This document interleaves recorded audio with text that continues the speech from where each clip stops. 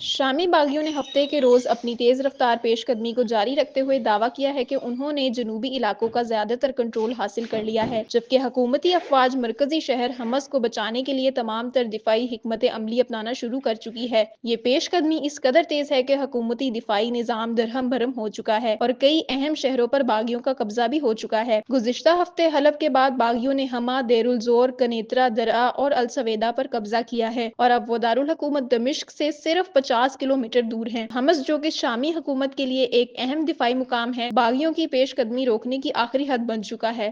یہاں حکومتی افواج نے فضائی حملوں اور مزید فوجی کمک کے ذریعے اپنی پوزیشن مستحکم کرنے کی کوشش کی ہے۔ دوسری طرف باغی جنوب مغرب علاقوں میں تقریباً مکمل کنٹرول حاصل کر چکے ہیں اور سنامین پر بھی قبضہ کر لیا ہے، جو دمشق سے اردن جانے والی شاہراہ پر واقع ہے۔ لیکن یہ صرف ایک جزوی کامیابی نہیں ہے، بلکہ یہ حکومت کے لیے ایک سنگین خطرہ بھی بن چکا ہے۔ قطر نے شام کی علاقائی سالمیت کو درپیش خطرے کا اشارہ کر دیا ہے اور اس صورتحال کو خطے میں مزید بے چینی کا پیش خیمہ قرار دیا ہے۔ حمص کے اندر گولہ باری اور فضائی حملوں کی آوازوں کے ساتھ باغی دعوے کرتے ہیں کہ وہ شہر کے شمالی مضافات تک پہنچ چکے ہیں۔ اگر حمص ان کے ہاتھوں میں چلا گیا تو دمشق کو ساحلی علاقوں سے جوڑنے والا مرکزی راستہ منقطع ہو جائے گا اور حکومت کے لیے دارالحکومت تک پہنچنے کی جدوجہد مزید پیچیدہ ہو جائے گی۔ اس وقت ایران، روس اور ترکی کے اعلیٰ حکام شام کے بحران کے حل کے لیے ملاقاتیں کر رہے ہیں۔ تاہم سوال یہ ہے کہ آیا باغیوں کی یہ تیز پیش قدمی شام میں حکومت کے خاتمے کی جانب اشارہ کرتی ہے؟ اور سب سے اہم سوال یہ ہے کہ اگر حمص کا کنٹرول باغیوں کے ہاتھوں میں چلا گیا تو کیا شام کی حکومت دارالحکومت دمشق تک پہنچنے کی جدوجہد کر پائے گی؟ امریکہ اور اس کے نیٹو اتحادیوں جیسے جرمنی، فرانس اور برطانیہ نے حالیہ شامی بحران میں باغیوں کی تیز پیش قدمی پر تشویش کا اظہار کیا ہے۔ ان ممالک نے امن و امان کی فوری بحالی اور شہریوں اور بنیادی ڈھانچے کی حفاظت کی ضرورت پر زور دیا تاکہ مزید بے گھر افراد کی تعداد میں اضافہ نہ ہو اور انسانی امداد کی ترسیل متاثر نہ ہو۔ امریکہ نے شام میں سیاسی حل کی اہمیت پر بھی زور دیا، جیسا کہ اقوام متحدہ کی سیکیورٹی کونسل کی قرارداد 2254 میں تجویز کیا گیا تھا، جس میں شامی حکومت اور اپوزیشن کے درمیان مذاکرات کا مطالبہ کیا گیا۔ اس کے ساتھ ہی امریکی حکام نے اس بات کی بھی نشاندہی کی